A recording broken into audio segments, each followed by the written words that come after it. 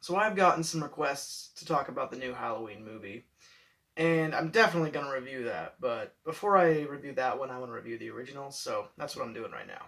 So Halloween was written, composed, and directed by John Carpenter, who also went on to direct a lot of other great movies, and this was the movie that turned him into a household name. The plot revolves around Michael Myers, who is the embodiment of evil, and he's a complete psychopath, and he murdered his sister when he was only 8 years old. And on the night of October 30th, 1978, he escapes his mental institute.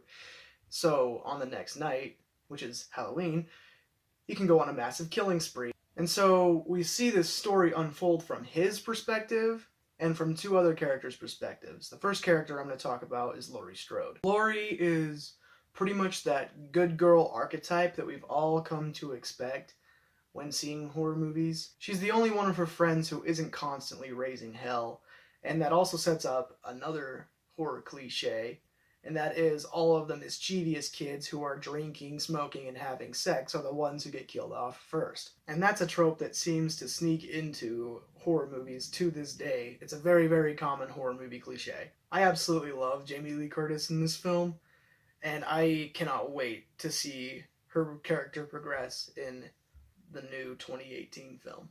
The other character that this film follows around is Dr. Loomis, who is Michael's psychiatrist. And he's pretty much just going around town trying to stop Michael from killing people, trying to find him. With this character, Donald Pleasence gave a really awesome performance, and he has some of the best dialogue in this film. So, yeah, he's a really enjoyable character to watch. Halloween is credited with being one of the most important films in the horror genre. For instance, a lot of the horror movie cliches originated from this film, like the killer walks slowly cliche, the victim is really bad at getting away cliche, the kids who have sex get killed off cliche, and so on. Now, there's another aspect of this film that must be brought up whenever talking about this film, and that is the budget.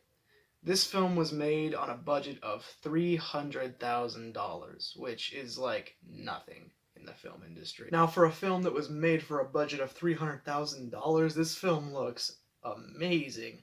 And it also feels so immersive because it feels like such a small movie, but you're just like drawn into it, you know? Like it's fun to see really small movies like this turn into big, giant things. And for an aspiring filmmaker such as myself, this is a really inspiring movie because it proves that you don't need a huge budget to make a great film. Now, the only problem that I have with this film is one that I'm pretty sure everybody has with it, is that some of the acting in this movie is really bad. Like, you can definitely tell that some of these actors were just there for the paycheck. They clearly thought, wow, since this isn't that big of a film, then it's probably not going to take off, and it's probably just going to get lost. But luckily, that didn't happen, and now we have Halloween.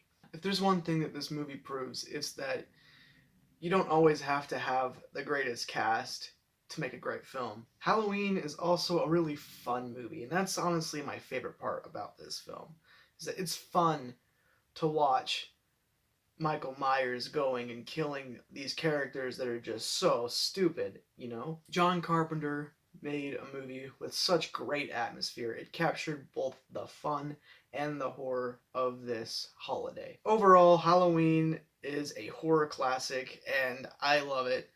And I'm pretty sure most people do love this film, and I just gotta give this one a solid A. Also, if you haven't seen Halloween, what are you doing? Go watch it like right now. Seriously. It's like $5 to buy on Amazon. It's only $5 to purchase the film. And yeah, stay tuned for that 2018 Halloween review. Alright, see you later. Bye!